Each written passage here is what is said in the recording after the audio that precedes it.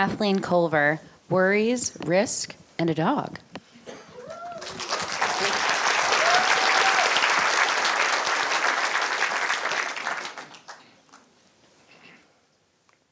So I like to say that my claim to fame is I have a super cute dog. Because when I'm on hikes, people I barely know, they'll call out, "Oh, that's Luke," and they stride right up to us. So I've decided my role is to be Luke's handler. And my job is to escort him places so he can greet his public. But I became a handler of something else long before I became a handler of Luke. And that's our handler of worries, uncertainties, and doubts. I became a handler of risks. And the reason why I became a handler of risks occurred when I was much, much younger. And it was when I had a dog that looked a lot like Luke. See, what happened was when I was a kid, my father died suddenly, and my world crumbled. My mom was working all the time, and I was on my own. But I found ways instinctively to cope with using tricks, like I'd ride my bike everywhere, just not to be worried about how I would get around. And I used these tricks through high school and college until I landed my first big job. And that's why I learned something amazing. Those tricks have a name. Let's wait for it. Risk management. Turns out I was a risk handler, and I didn't even know it. It's also part of another area called project management. So I learned everything I could, used that over the next 35 years to deliver lots of projects, but I also used it at home. So my daughter became awash in this. So much so that when she landed her first big job at a nonprofit, she called up one day and said, early in the job, and said, "Mom, they don't use risk management or project management." And we're like, huh? So we did some digging and realized, hey, this is kind of normal. Most small to medium enterprises lack skills in these areas. So we decided, Luke and my daughter and I decided we'd do something about it. We took 8 of our favorite techniques and we shrunk them down into bite-sized hacks that you can use without getting a headache. And we started teaching people these hacks.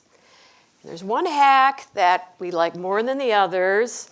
And guess which one it is? It's the hack for handling, yes, worries. We call it reframe worries as risks. And maybe play along with Luke and I as I talk through how this hack works. And maybe think about a smaller worry that you're dealing with. So you start with this hack by first stating what the worry is. And this way then you surface it. It goes from the inside to the outside so you can examine it. Now Luke here, he's worried it's going to snow in a few weeks at the big dog party. All right? And it's a worry, okay? And he stated it. What you do next is you then figure out how likely is this worry going to happen or not. And ideally base it on something factual. Now, hey, we're in Vermont, snow in March, it's definitely a possibility. What you do next is you visualize what happens if the risk comes true. And this is so you understand the impact. And Luke, the impact of snow, wet snow in March is snowballs all over his body. Now, with that in mind, you have to understand, ask, well, so what? In the whole scheme of things, how bad is this impact? Well, now Luke knows it's not the end of the world if he gets covered in snowballs, but he doesn't like it, nonetheless.